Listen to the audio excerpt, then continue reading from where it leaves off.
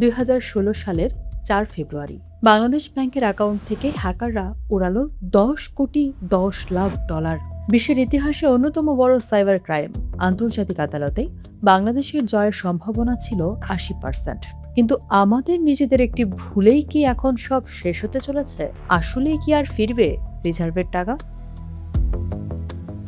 আমেরিকার federal reserve bank থেকে সুইফটের মাধ্যমে এই টাকা চুরি করা হয়। হ্যাকারদের টার্গেট ছিল প্রায় $95 কোটি। কিন্তু ভাগ্য ভালো, একটা বানান ভুলের কারণে সিংহভাগ টাকা আটকে যায়। তারপরেও $8,10,00,000 চলে যায় ফিলিপাইনের RCBC ব্যাংকে আর $2 কোটি শ্রীলঙ্কায়। ভাবছেন এই চুরি শুরু কিভাবে? 2015 সালে বাংলাদেশ ব্যাংকের এক কর্মকর্তার ইমেইলে চাকরির ভুয়া সিভি পাঠায় হ্যাকাররা। অসতর্কতাবশত সেই ফাইল ডাউনলোড করতেই ব্যাংকের সিস্টেমে ঢুকে পড়ে মারাত্মক ম্যালওয়্যার। মাসের পর মাস উৎপেতে থেকে হ্যাকাররা সুইফট নেটওয়ার্কের সব পাসওয়ার্ড নিজেদের দখলে নেয়। এরপর চুরির জন্য বেছে নেওয়া হয় বৃহস্পতিবার রাত, যখন বাংলাদেশে সাপ্তাহিক ছুটি। আর টাকা যখন ফিলিপাইনে পৌঁছায় তখন সেখানে চলছিল চীনা নববর্ষের ছুটি। ফলে তাৎক্ষণিক যোগাযোগ করার কোনো উপায় ছিল না। এমনকি ব্যাংকের কনফার্মেশন প্রিন্টারটিও কায়দা করে অচল করে রাখা হয়েছিল।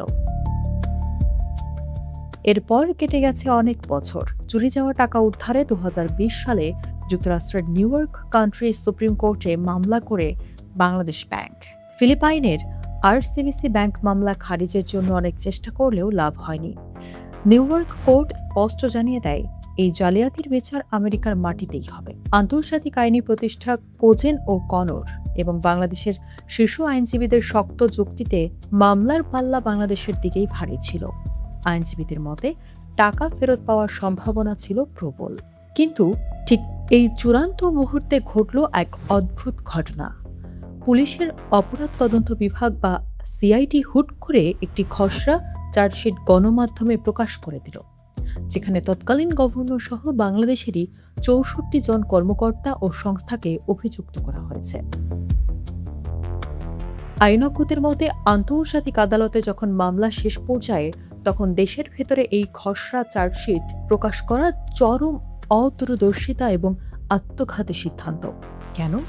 কারণ এখন ফিলিপাইনের RCBC ব্যাংক এই চার্জশিট এবং নিউজ কাটিং আমেরিকার আদালতে জমা দিয়ে বলবে, দেখুন, চুরির সাথে আমাদের কোনো সম্পর্ক নেই।